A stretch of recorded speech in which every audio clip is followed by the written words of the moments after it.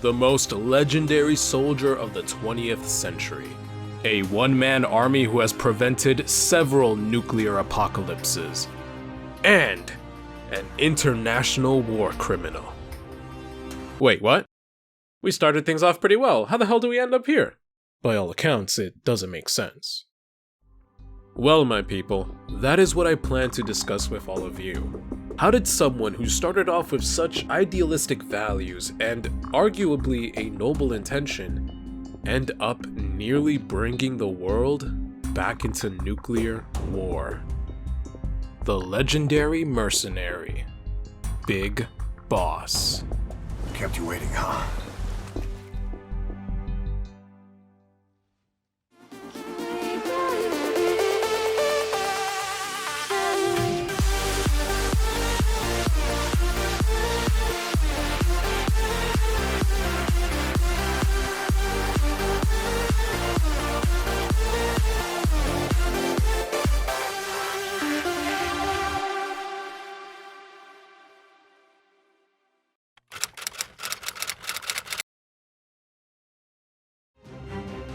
Let's start from the very beginning, the time before the title of Big Boss, the time when he was codenamed Naked Snake.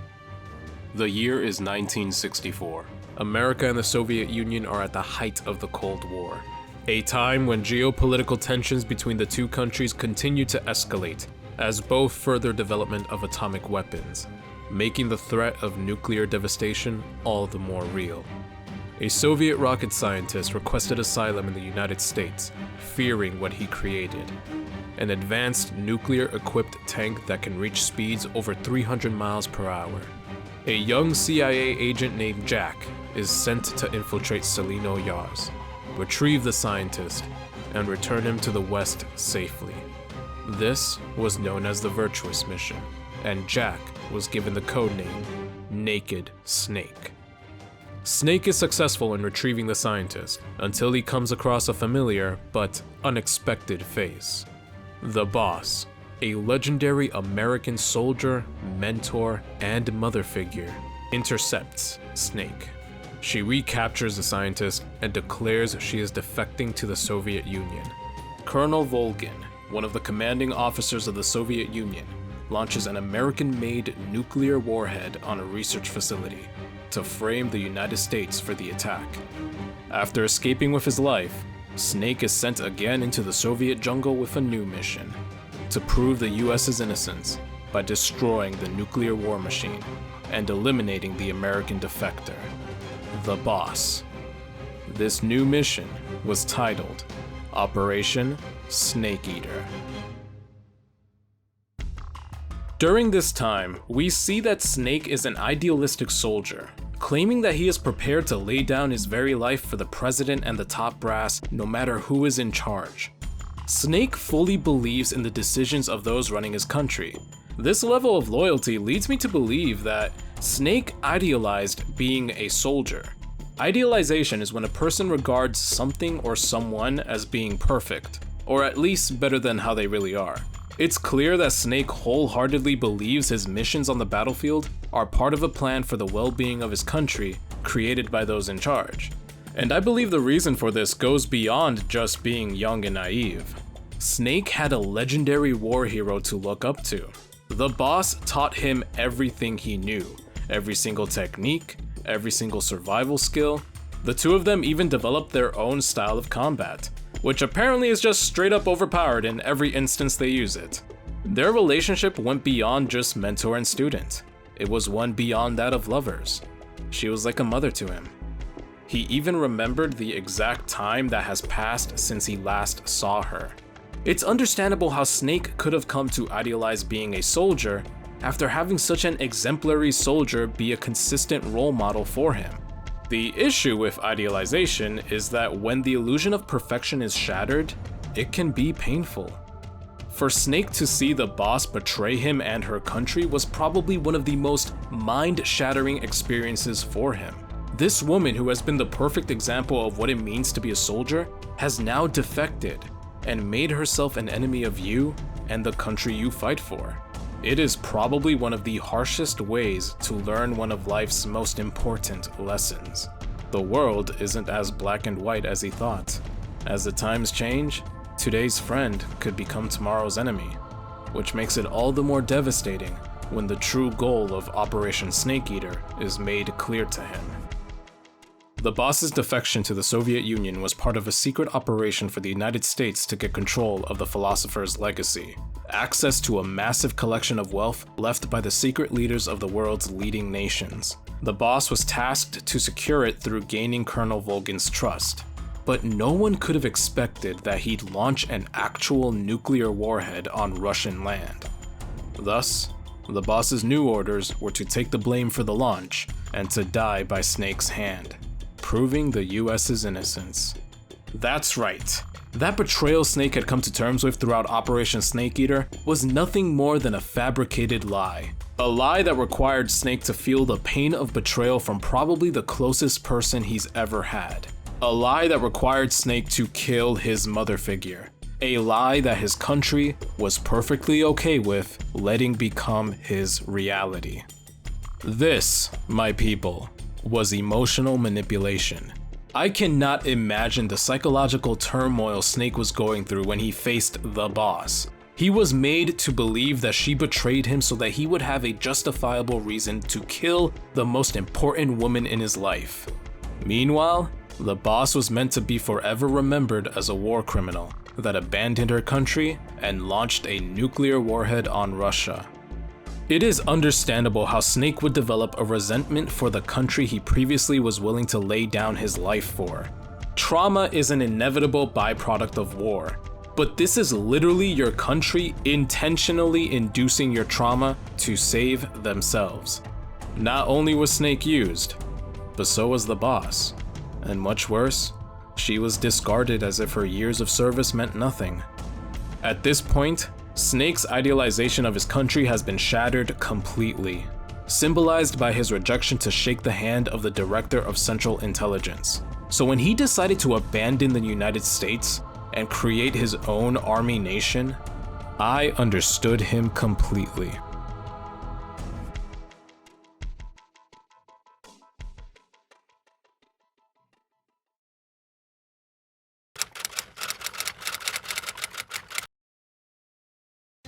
The year is 1974, 10 years after Operation Snake Eater.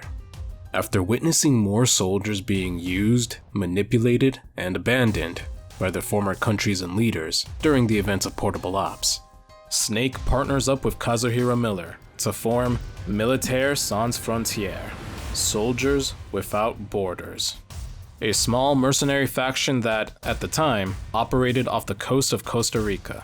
Its mission? To be the world's deterrent. An army that can provide military force to anyone who needed it, regardless of nation or ideology. Snake believed soldiers are those that truly enact change in the world, but as long as they are under the command of a specific nation, they will continue to be used as tools to further political agendas. In order to ensure soldiers are put to fighting for a good cause, the idea of being loyal to a specific nation needed to be abandoned. By being loyal to no one but themselves, they are free to operate under what they believe is right. By being an army that will support anyone in need, they become the world's deterrent. It is understandable how Snake came to this conclusion. Why should Snake believe in any nation when he's seen firsthand how expendable they view their soldiers? Russian soldiers were completely abandoned at a Soviet missile silo in Colombia to maintain the secrecy of the base's existence. They cut off all communication and supply shipments.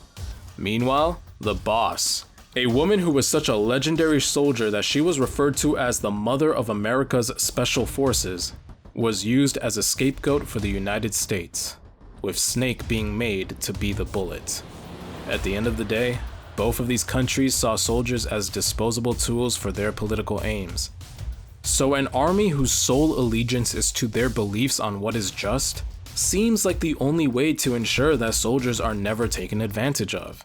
But there was one concern Snake had about his group. When presented with the opportunity to receive a permanent base of operations, Snake says this. We don't need a place to stay, Kaz. We're nomads. We always will be. The second we settle down, who's to say we won't become the warmongers? This is a pretty valid concern Snake has, and I believe it can be explained through something called social identity theory. Henry Taffel's social identity theory proposes that a person's sense of identity is connected to the groups they belong to. These groups can be social class, sports teams, family, even countries. These groups become a source of pride and self-esteem for humans. We are proud to be a part of this family. We are proud to be a part of this fan group. We are proud to be a part of this country. Since our sense of pride and identity comes from these groups, we end up dividing the world into categories: us and them, the us being referred to as the in-group. In an attempt to enhance our self-image, we tend to seek negative aspects of those who are considered to be outside of our group, otherwise known as the out-group. As a result, we may end up developing certain prejudices against those who are outside of our own group. At their least harmful, it leads to group rivalries. At their worst, these prejudices may result in full-on hate crimes. Social identity theory proposes that this is the nature behind group identity, and I believe Snake was trying to avoid this. By settling down, they will begin to form an us versus them mentality. MSF is intended to operate without political agenda. Agendas are born from groups striving for superiority.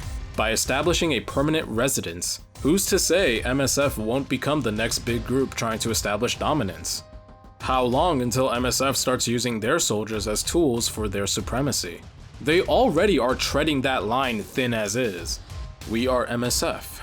We are the in-group that needs to correct the out-group, just like the countries that betrayed them. By remaining as nomads, they can ground themselves as members of the whole world, rather than members of any specific group or nation, including themselves. But despite this concern, Snake decided to settle down anyway, and after the Peace Walker incident, MSF was able to establish itself as a part of the world's nuclear powers, pretty much legitimizing their presence as an army nation in the world. They now have their own territorial water, their own currency, and their own ideology that identifies and unites them all. So yeah, who's to say indeed, Snake? But putting that aside, it is important to discuss the moment Snake becomes Big Boss.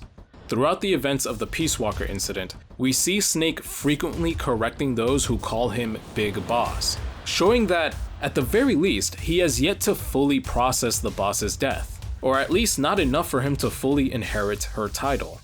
But Snake was forced to put his thoughts into perspective after witnessing her death again, albeit symbolically.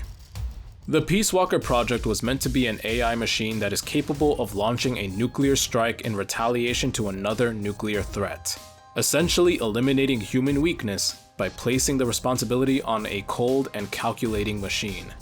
By using every single piece of information the CIA had, Dr. Strangelove was able to essentially recreate the mind of the boss as the AI for Peace Walker. Even in death, the boss is still being used. After being activated, Peace Walker sent fake data to the United States, making them believe a nuclear strike had been launched on them. The plan was to prompt the US to fire back, thus making Peace Walker detect the attack and retaliate with its own nuke, demonstrating to the world its capability.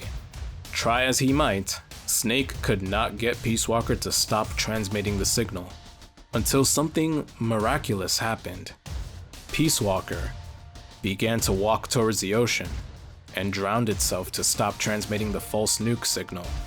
The boss gave her life yet again, putting down her gun to prevent a nuclear holocaust.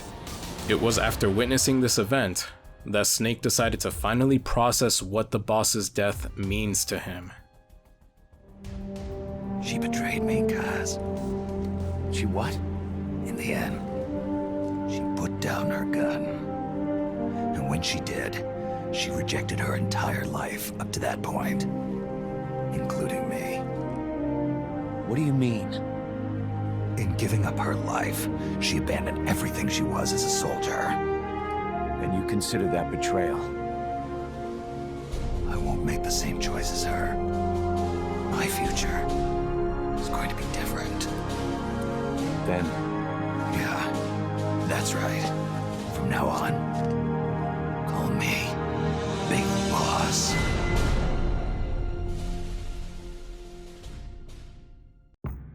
We've seen Snake continue the lie of the boss's death, even under torture, to maintain peace.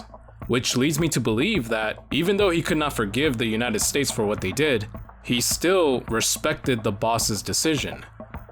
But now he feels betrayed? Admittedly, this conclusion was difficult for me to understand, but I believe what led him to this conclusion is a mixture of what he was taught and his emotional trauma from Operation Snake Eater. When asked why she defected, the boss claims she didn't. Instead, she says that she is loyal to her purpose. She then presses Snake for where his loyalty lies, asking if Snake is loyal to his mission or loyal to his beliefs, a question Snake would answer by the creation of MSF. The boss's idea of being a soldier goes against what Snake's idea is. She actually believes soldiers are meant to be political tools, and that a soldier's loyalty should always be to the mission, an ideology that I believe was created to cope through her own struggles. But we can get into that with her own video. If y'all would like to see that video, do let me know. This channel is a compromise between what I want to write about and what you'd like to see after all. Anyways, the boss valued loyalty to her mission, but I believe Snake interpreted this lesson as to keep fighting no matter what is at stake, no matter who is the enemy. But by putting her gun down, she chose death over fighting. I believe Snake finds it heartbreaking that she believed her purpose was to die, rather than to keep fighting. It would be in line with who Snake is after all. Even the boss mentioned that Snake is more of a fighter than a soldier, someone who won't back down when the odds are against him, rather than a political tool who will see any mission through, despite the pain it may bring to himself.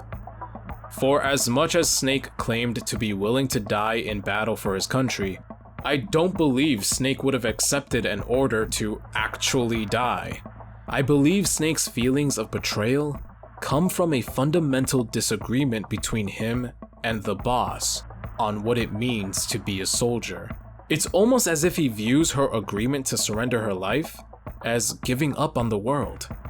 And this is coming from the person who has been the model of a perfect soldier to him. So I can see how betraying the teachings he's grown up with can feel like she betrayed him. And there is the emotional trauma that is most likely influencing him to refuse her reasoning.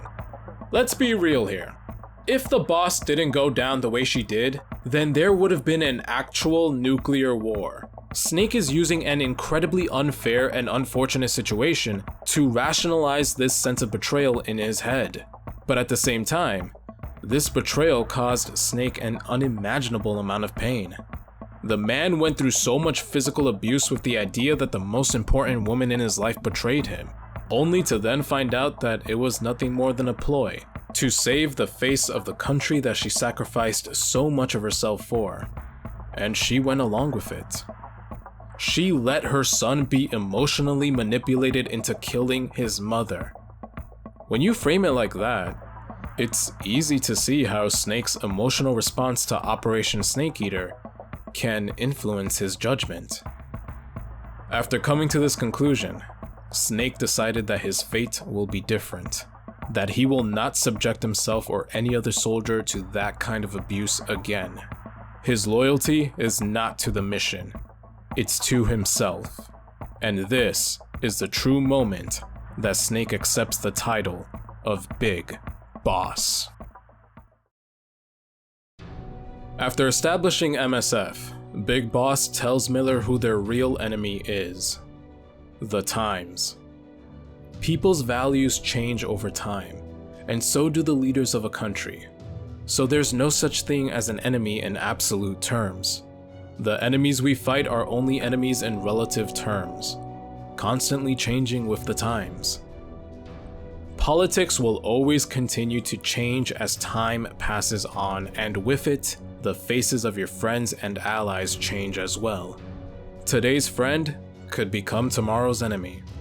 The United States was the boss's ally for most of her military career, until the times shifted and required her to die as an enemy. The times defeated the boss, but will it defeat Big Boss? Unfortunately, this video is going to have to be a two-parter. There is just way too much to cover with this one character, and although I am sure some of you are willing to sit through what could be over 30 minutes of video, I do want to keep my videos at a somewhat digestible length for everyone.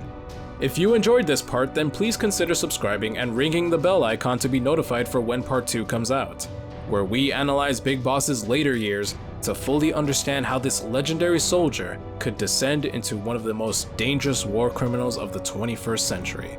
And as always, my people, thank you for watching.